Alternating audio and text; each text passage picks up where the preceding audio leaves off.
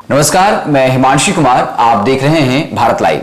कल शुक्रवार को विधानसभा का सत्र शुरू हो चुका है और वहां क्या क्या हुआ, सत्ता पक्ष की तरफ से क्या कहा गया, विपक्ष के नेताओं की तरफ से क्या क्या कहा गया। भारत लाइव की तीन टीम वहां मौजूद थी और हम आपको लगातार अपडेट भी कर रहे थे।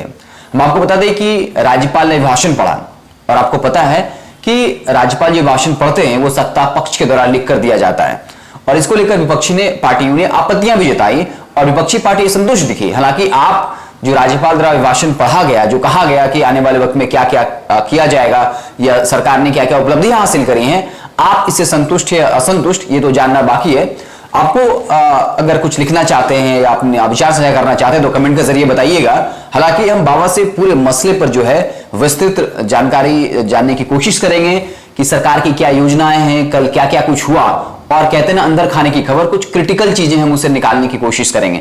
बाबा, कल विधानसभा का सत्र हुआ, राज्यपाल जी ने भाषण पढ़ा और बाकायदा कहा कि बिहार जो है बिल्कुल सही रास्ते पर जा रहा है, विकास की ओर जाएगा, तमाम तरीके की। तो स्वाभाविक है सत्ता पक्ष के द्वारा लिखा हुआ भाषण पढ़ते हैं, विपक्षी पार्टियां संतुष्ट दिखी।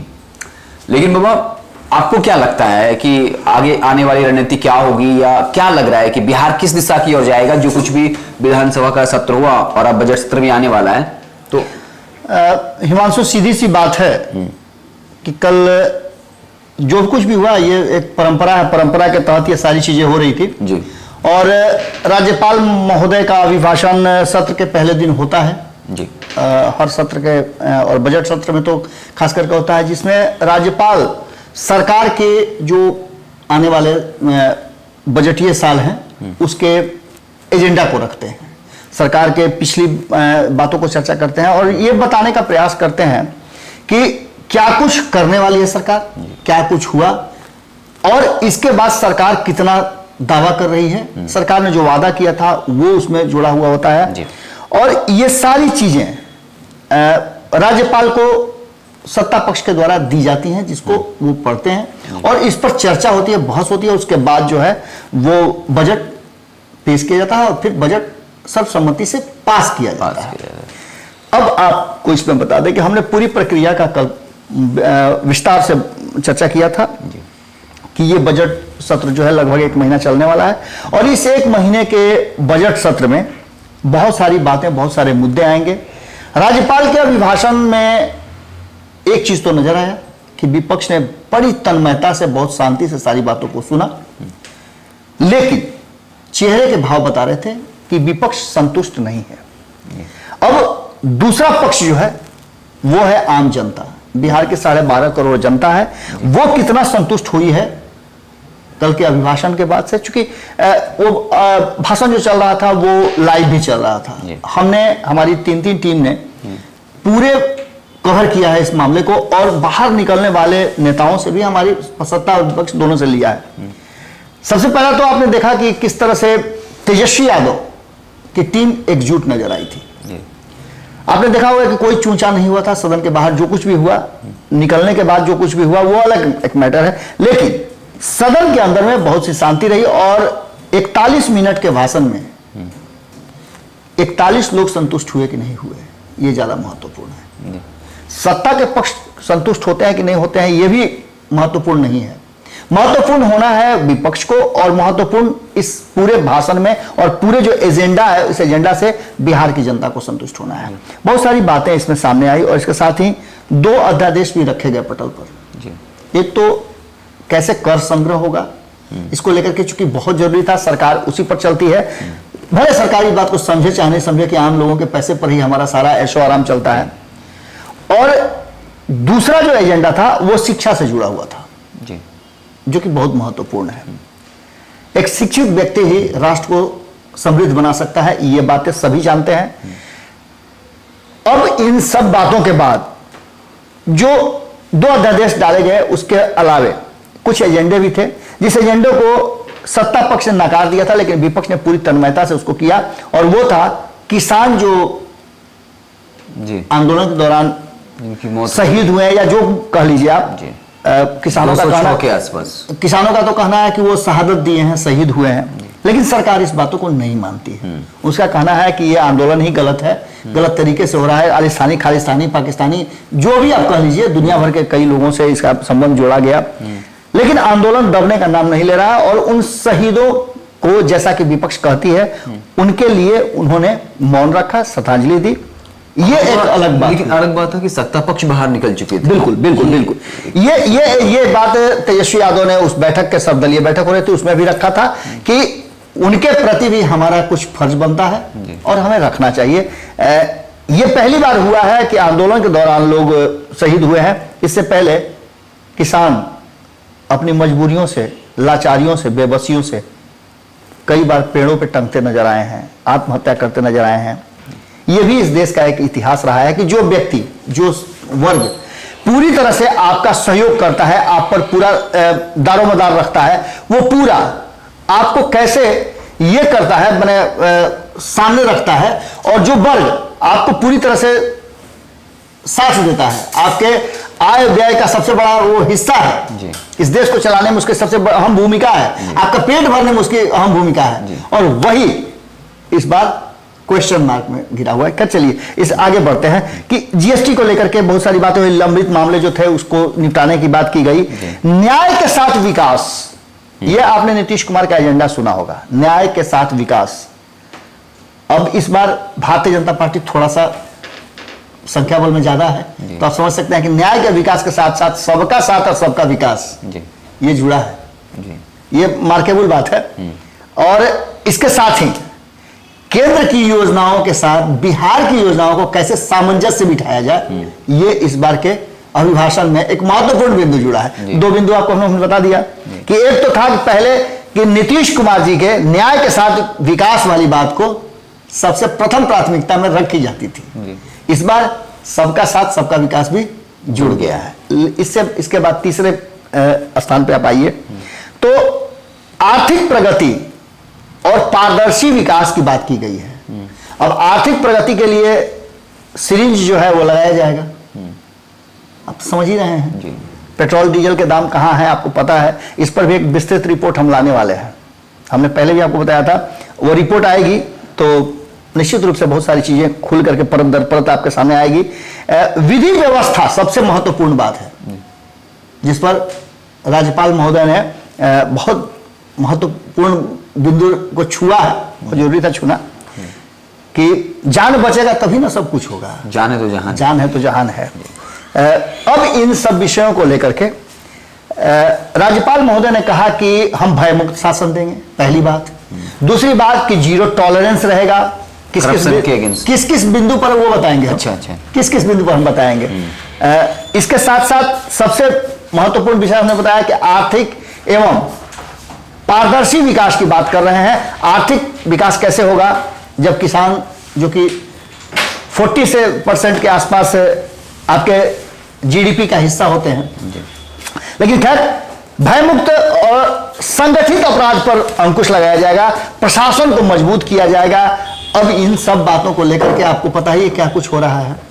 अपराध कहां पहुंचा है। जंगल राज की बात करने वाले, जंगल राज को समाप्त करने का 2005 में दावा और वादा करके आने वाले नीतीश कुमार के जंगल राज को अब महाजंगल राज कहा जा रहा है, आतंक राज कहा जा रहा है।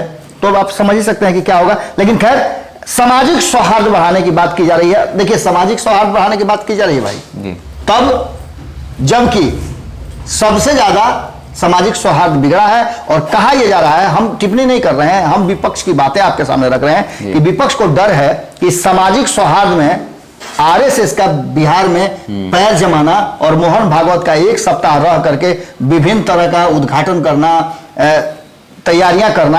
हालांकि आरएसएस का बहुत बेहतर प्रदर्शन भी रहा है। जहां जहां इस देश में आपदा आई है, जहां जहां समस्याएं हुई हैं, वहां आरएसएस के लोगों ने बहुत अच्छी मदद की है। लेकिन और भी वर्ग के लोगों ने किया है। यहां सामाजिक सौहार्द की बात की जा रही है। और 2020 से लेकर के 2025 तक सुशासन के साथ 7 निश्चय पार्ट 2 अहम बात है। महत्वाकांक्षी योजना नीतीश कुमार जी, महत्वाकांक्षी योजना, जिसमें मुखिया जी लोग समझ लीजिएगा, खबर हमने दिखा दिया है कि मुखिया जी मन होके तो फिर रही है। अरे समझ रहे हैं ना आप कि भैया नल है, जल है, कल है। हमने देखा है, हम लोग गए थे इस बार, बहुत सारे क्षेत्रों में हमने भ्रमण किया है। अभी उसकी रिपोर्ट हम नहीं आपके सामने रख रहे हैं, लेकिन थोड़ा सा इंट्रोडक्शन दे रहे हैं।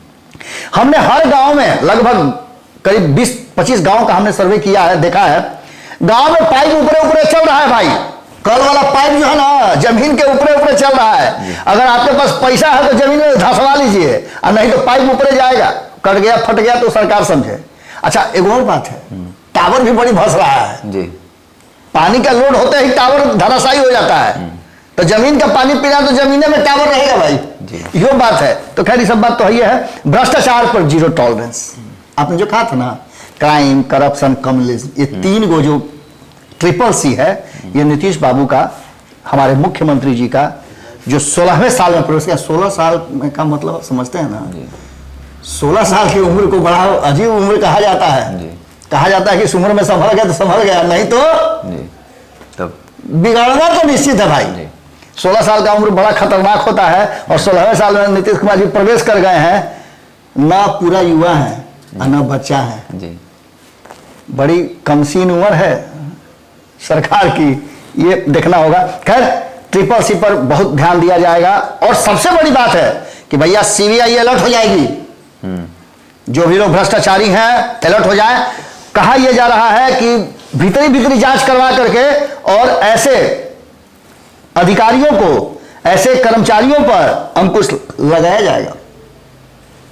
शिक्षा पर विशेष फोकस है जी। 5000 से ज्यादा पंचायतों में +2 की व्यवस्था होगी। इसके साथ साथ 33,000 से ज्यादा पंचायतों में कक्षा 9 तक की पढ़ाई की जाएगी। ये सभी आया है इसमें। 20 लाख रोजगार, सबसे महत्वपूर्ण बात, ये सबसे अंत में रखे हैं, कारण कि इसका तो जानते हैं कि क्या हाल होने वाला है, और यही वो मुद्दा है जहां पर विपक्ष संतुष्ट नहीं है। विपक्ष यानी कि तेजस्वी यादव और महागठबंधन ने वादा किया था कि अगर मेरी सरकार बनती है तो पहले कलम से जो पहला हमारा एजेंडा पास होगा वो 10 लाख लोगों को सरकारी नौकरी का होगा। अब 20 लाख उस पर आया था कि रोजगार देंगे, और यहां आकर के मामला पेच में फंस जा रहा है। वादा तो किया गया सरकार की तरफ से, सरकार के अलग अलग हिस्सों में किया है कि हम 20 लाख रोजगार देने का सबसे पहला काम करेंगे। अब इस पर क्या होता है यह महत्वपूर्ण है। इसके साथ साथ कुछ और भी बातें हुई है।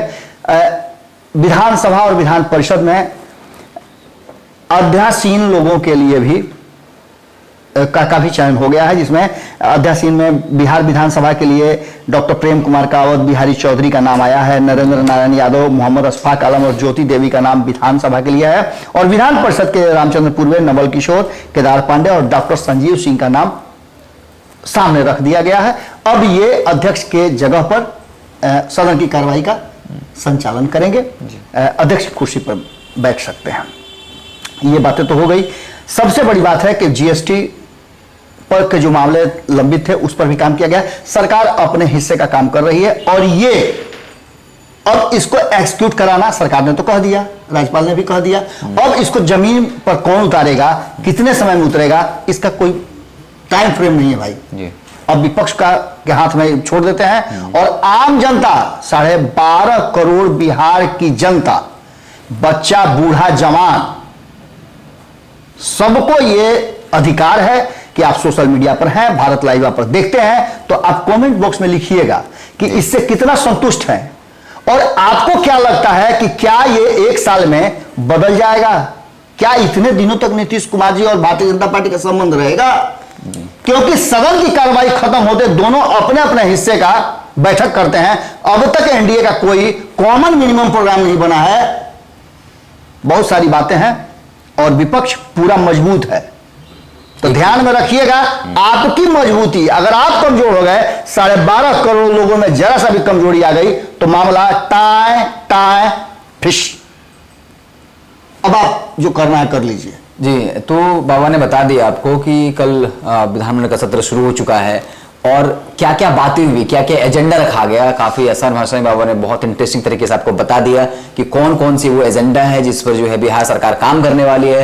राज्यपाल ने भाषण पढ़ा, और अभिभाषण सत्ता पक्ष के दौरान ही दिया जाता है, तो उसमें सबसे बड़ा कई और मुद्दों के साथ जो वो कहते हैं वही क्राइम, करप्शन, कम्युनिज्म से कॉम्प्रोमाइज नहीं करेंगे, साथ ही साथ 20 लाख रोजगार का सृजन। और वाकई में ये एक बहुत बड़ा मुद्दा बनने जा रहा है कि वाकई में 15 साल का वक्त 16वें साल में जब बाबा ने कहा कि प्रवेश कर गया है। साथ ही साथ जब नीतीश कुमार खुद कह चुके हैं कि यहाँ रोजगार का सृजन नहीं हो सकता क्योंकि यहाँ समुद्र तट नहीं है, उस वक्त में इस एजेंडा में होना कि हम 20 लाख रोजगार का सृजन करेंगे, ये देखना दिलचस्प होगा। तो आप देखते रहे भारत लाइव, यहाँ खबरों का सिलसिला लगातार जारी है। हम आपको पल पल की खबरों से लगातार अपडेट करते रहेंगे। ओजे एगो घंटी बा, ओकरा बटन दबा देला से कुल सटीक और मारक खबर रुआ मुफ्त में मिल जाई। अगर रुआ पत्रकारिता के हमनी के नया प्रयोग में सहयोग कर चाहतानी तो ज्वाइन बटन दबा दी। Paytm number